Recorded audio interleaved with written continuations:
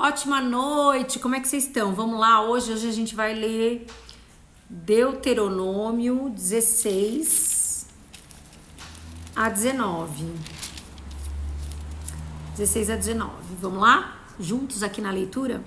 Observem o mês de Abibe e celebrem a Páscoa do Eterno, o seu Deus. Foi no mês de Abibe que o Eterno libertou vocês, à noite, do Egito. Ofereçam o sacrifício da Páscoa ao seu Deus no lugar que ele escolheu para estabelecer o seu nome, como centro de adoração, não como pão fermentado com o sacrifício. Durante 7 dias, comam pão não fermentado, pão da aflição, porque vocês saíram do Egito com pressa. Esse pão ajudará vocês a manter na memória por toda a vida. Por toda a vida a condição de vocês quando saíram do Egito. Não deverá haver nem vestígio de fermento em lugar algum por 7 dias, e não deixem restos de carne que vocês sacrificaram à noite para a manhã seguinte. Não sacrifiquem a Páscoa em nenhuma das cidades concedidas a vocês pelo Eterno, seu Deus, a não ser aquela que ele tiver designado para adoração. Só ali poderá ser oferecido o sacrifício da Páscoa ao anoitecer, depois do pôr do sol, marcando a hora da sua partida do Egito. Cozinhem o sacrifício e comam-no no lugar designado pelo Eterno. Ao raiar do dia, cada um deverá voltar para a sua tenda. Comam pão não fermentado durante 6 dias, separem o 7º dia como um dia sagrado e não trabalhem nele. A partir do dia em que vocês puserem a foice no cereal maduro, contem 7 semanas. Celebrem a festa das semanas para o Eterno, seu Deus, levando ofertas voluntárias. Contribuam com generosidade proporcional às bênçãos com que o Eterno abençoou vocês. Alegrem-se na presença do seu Deus. Vocês, seus filhos, seus escravos, os levitas que moram na sua região e os estrangeiros, órfãos e viúvas que houver entre vocês.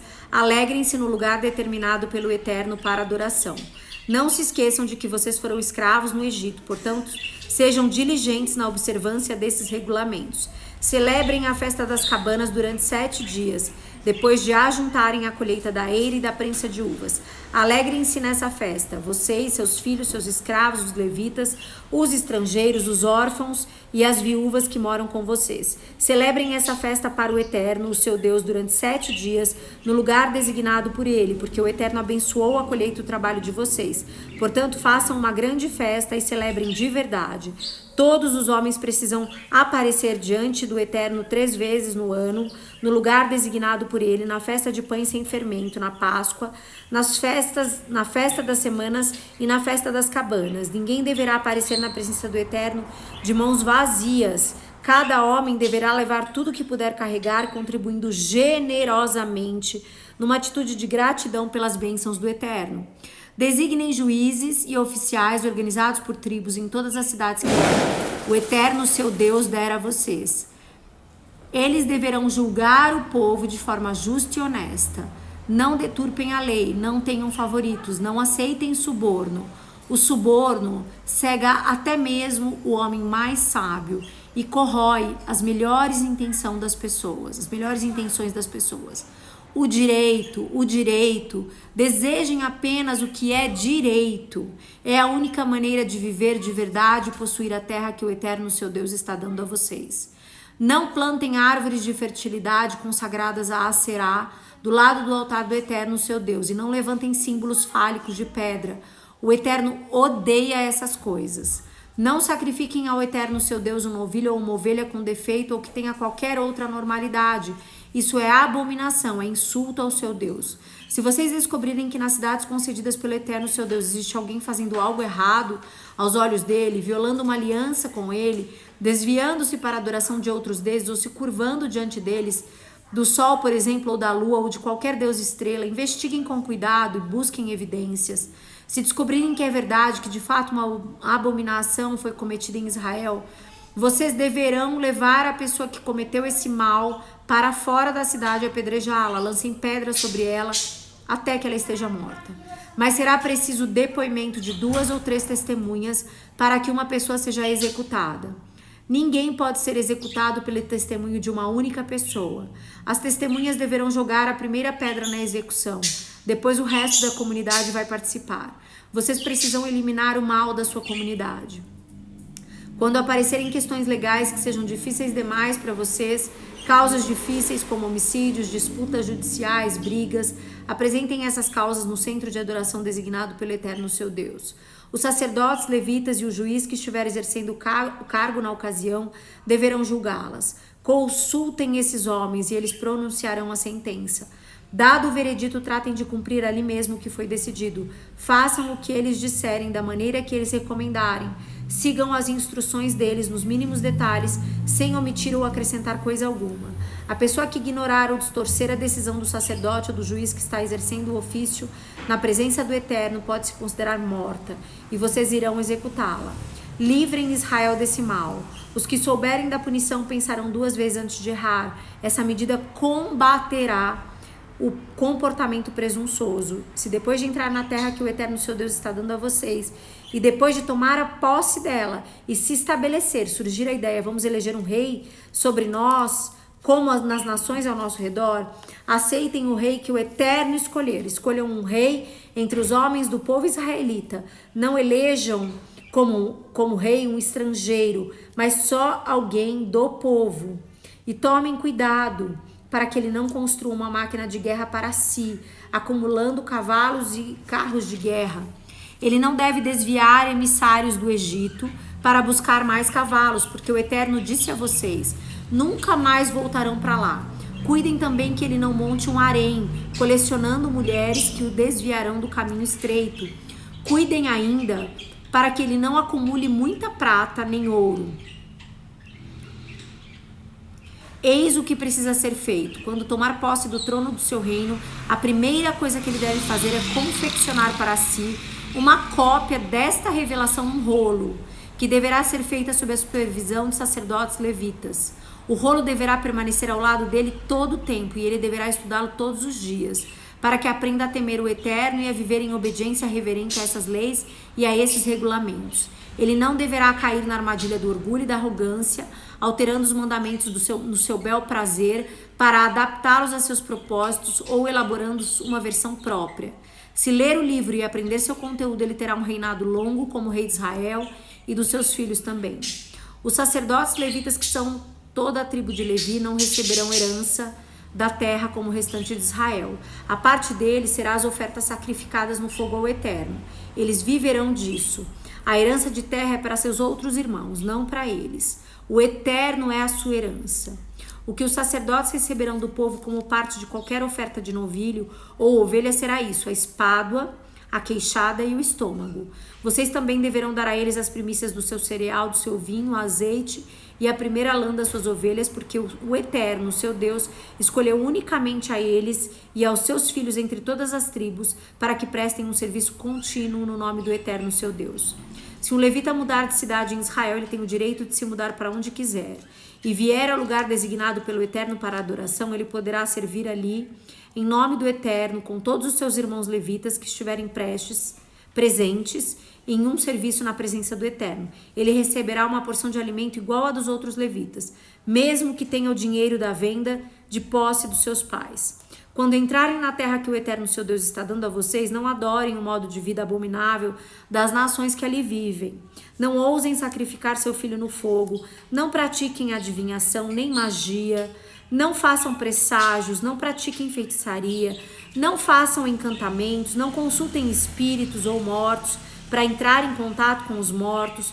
Os que fazem essas coisas são a abominação ao Eterno. É exatamente por essas práticas abomináveis que o Eterno está expulsando essas nações. Sejam leais ao Eterno, ao seu Deus. Essas nações que vocês estão prestes a expulsar do país se associam a magos e feiticeiros, mas não será assim com vocês. O Eterno proíbe essas práticas. O Eterno levantará um profeta para Israel, que sairá do meio de vocês, do convívio dos seus irmãos, um profeta como eu. Deem todo o crédito a ele. Foi isso que vocês pediram ao Eterno, seu Deus, no Horebe, no dia em que estavam reunidos na montanha, quando disseram: já não conseguimos ouvir mais o Eterno, não suportamos ver mais fogo, vamos morrer. E o Eterno me disse: eles estão certos, disseram a verdade, vou levantar para eles um profeta dos próprios irmãos deles, e direi o que ele deve falar, e ele passará ao povo tudo o que eu disser. E a pessoa que não der ouvidos às minhas palavras transmitidas por ele vai acertar as contas comigo. Mas qualquer farsante que se apresentar como profeta, que alegar dizer em meu nome algo que eu não autorizei, ou falar em nome de outros deuses, esse profeta terá de morrer.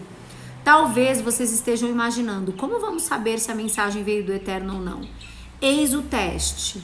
Se o que o profeta disse em nome do Eterno não acontecer, obviamente o Eterno não está por trás disso. Foi invenção do profeta que deve ser ignorado. Quando o Eterno, seu Deus, lançar fora as nações da terra que está dando a vocês, e vocês se estabelecerem nas cidades e casas delas, separem 3 cidades de fácil acesso na terra que o Eterno, seu Deus, está dando a vocês como sua propriedade. Dividam a terra em 3 partes, essa terra que o Eterno está dando como sua herança, e façam estradas para essas cidades, a fim de que qualquer pessoa que acidentalmente matar outra pessoa possa fugir para uma dessas cidades. Essa é a orientação que aquele que matou alguém e fugiu para uma dessas cidades com o propósito de se refugiar. A morte do seu próximo tem de ser sem premeditação e não pode haver histórico de inimizade entre eles. Por exemplo, um homem vai à floresta com seu amigo para cortar uma árvore. Ele ergue o machado e o ferro escapa do cabo e acerta o amigo, matando-o. Ele poderá fugir para uma dessas cidades e salvar sua vida. Se a cidade estiver muito longe, o vingador de sangue poderá alcançar o que matou seu amigo no calor do ódio da perseguição e matá-lo, mesmo que ele não mereça, pois não foi culpa dele. Não havia histórico de inimizade entre eles, por isso ordeno: separem essas 3 cidades para vocês. Quando o Eterno, seu Deus, aumentar o território de vocês, ampliando as suas fronteiras como ele prometeu solenemente aos seus antepassados, se vocês obedecerem a tudo que estou ordenando, isto é, amando ao Eterno e fazendo sempre o que ele diz, separem outras 3 cidades de refúgio para que não haja possibilidade de ser derramado sangue inocente na sua terra. Vocês estão recebendo esta terra como herança, portanto não vão contaminá-la com sangue inocente e atrair a culpa desse sangue sobre vocês, vão? Mas se um homem com uma história de ódio pelo próximo fizer uma emboscada para ele, matá-lo e então correr para uma dessas cidades, aí a história é outra. Os anciãos da cidade dele deverão mandar buscá-lo e entregá-lo ao vingador de sangue para ser executado. Não tenham pena dele, eliminem a contaminação pelo sangue inocente derramado em Israel, para que vocês vivam bem e respirem ar puro. Ninguém mude os marcos de divisa do seu vizinho, estabelecidos como pontos de referência pelos desbravadores para definir a propriedade de cada um. Vocês não poderão condenar ninguém por um crime ou pecado pelo depoimento de uma única testemunha. Serão necessárias 2 ou 3 testemunhas para fazer uma acusação. Se uma testemunha falsa acusar alguém de um crime, as 2 partes envolvidas na disputa deverão se apresentar ao Eterno, diante dos sacerdotes e juízes que estiverem exercendo o cargo nessa ocasião.